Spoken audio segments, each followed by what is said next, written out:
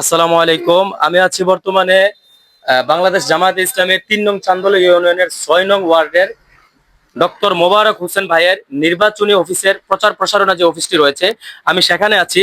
তো এখানে আছেন আমাদের ভাই মোহাম্মদ জালাল ভাই।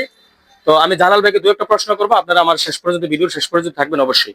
আচ্ছা ঠিক আছে জালাল ভাই, আপনি তো আমি ছোটবেলা থেকে দেখে আসছি আপনি জামাত ইসলামের জন্য মানে একাধিকবার জেল খেটেছেন, মানে বিভিন্ন জেল জুলুম অনেক নির্যাতন সহ্য করেছেন। আসলে আপনি জামাত ইসলামের ভিতরে কি আছে যে আপনি আসলে এটাকে ছাড়তে পারছেন না? জি, আসসালামু আলাইকুম ওয়া রাহমাতুল্লাহ। জি ভাই, আপনি প্রশ্ন করেছেন, আপনাকে অসংখ্য ধন্যবাদ ও মোবারকবাদ জানাচ্ছি। ভাই, আমি জামাত ইসলাম ছাত্র জীবন থাকতে ছাত্র শিবির করেছি, এরপরে জামাত ইসলামে যোগদান করার পরে জামাত ইসলাম করে আসতেছি। আমি জানি এই দলটা সঠিক ন্যায় ও ইনসাফের ভিত্তিতে দেশ ও রাষ্ট্র গঠন করার জন্য চেষ্টা চালাচ্ছে। এটা আমি জানি না বুঝেই আমি বাংলাদেশ জামাত ইসলামের সাথে কাজ করে যাচ্ছি। এখন আমি জানি এই দলটা দুনিয়া ও আখেরাতের জন্য কল্যাণমুখী, দুনিয়াও কল্যাণ আখেরাতেও কল্যাণ চায়। আর অন্য অন্য দল যারা আছে তারা শুধু দুনিয়ার কল্যাণই চায়, আখেরাতের কোনো কল্যাণ তারা চায় না, বুঝেও না। এই জন্য যেহেতু এটার ভিতরে দুনিয়া ও আখেরাতের কল্যাণ আছে, আর রাষ্ট্রটা যদি ক্ষমতাটা যদি প্রশাসনটা যদি ইসলামের পক্ষে না যায়, তাইলে দেশ ইসলাম দিয়ে চালান সম্ভব হবে না, এবং মানুষকে ইসলামের ভিতরে ইসলামের গণ্ডির ভিতরে আনাও সম্ভব হবে না। কারণ মানুষ ইচ্ছা করলেও ইসলামটা মানতে পারতেছে না রাষ্ট্রের কারণে। কারণ রাষ্ট্র তাগুতি শক্তি, যে ইসলাম বিরোধী শক্তি, ওই তাগুতি শক্তি ইসলামটাকে শেষ করে দিতে চায়।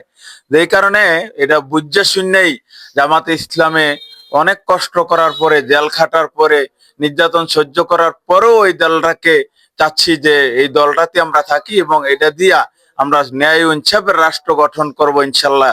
এই জন্য এটাতে ইনশাল্লাহ আছি। আসসালামু আচ্ছা ঠিক আলাইকুম। আছে। আচ্ছা আরেকটা প্রশ্ন করে শুরু করে, এখন যদি আপনারা যদি এবারও যদি আপনারা ক্ষমতায় না আসেন, অথবা আপনি যদি পরবর্তীতে যদি এটার জন্য আবার 10 থেকে 12 বছর 15 বছর জেল খাটতে হয়, এটা যদি আপনি অগ্রিমও জানেন, আপনি কি দলটা করবেন নাকি না ছাইড়ে দিবেন ডরে ভয়ে? জি ভাই, অনেক সুন্দর প্রশ্ন করেছেন। এই দলটা করে আসতেছি, এই দলটা যদি এই বছর আল্লাহ কবুল না করে, আমাদের কাজ হচ্ছে শুধু চেষ্টা করা। আকিমুদ্দিন দিন প্রতিষ্ঠা করা হলো আমাদের কাজ। কিন্তু কোন সময় ক্ষমতা দেবে, কোন সময় আল্লাহ নেবে, আল্লাহ যেহেতু তুইজ্জু মানতাসা ও তুজিল্লু মানতাসা, আল্লাহ যেহেতু ক্ষমতার মালিক, আল্লাহ যেহেতু ক্ষমতা থেকে নামায় আবার উঠায়, এজন্য আমাদের কাজ হচ্ছে আমরা শুধু চেষ্টা করা। আমাদের কাজ ক্ষমতা কিভাবে যাবে ওইটা আমাদের কাজ নয়, ক্ষমতার মালিক আল্লাহ। এই জন্য আমরা চেষ্টা করে যাচ্ছি। আর যদি এই বছর জামাত ইসলাম ক্ষমতা, ইনশাল্লাহ আমার দৃঢ় বিশ্বাস যে জামাত ইসলাম এবার সরকার গঠন করবে ইনশাল্লাহ।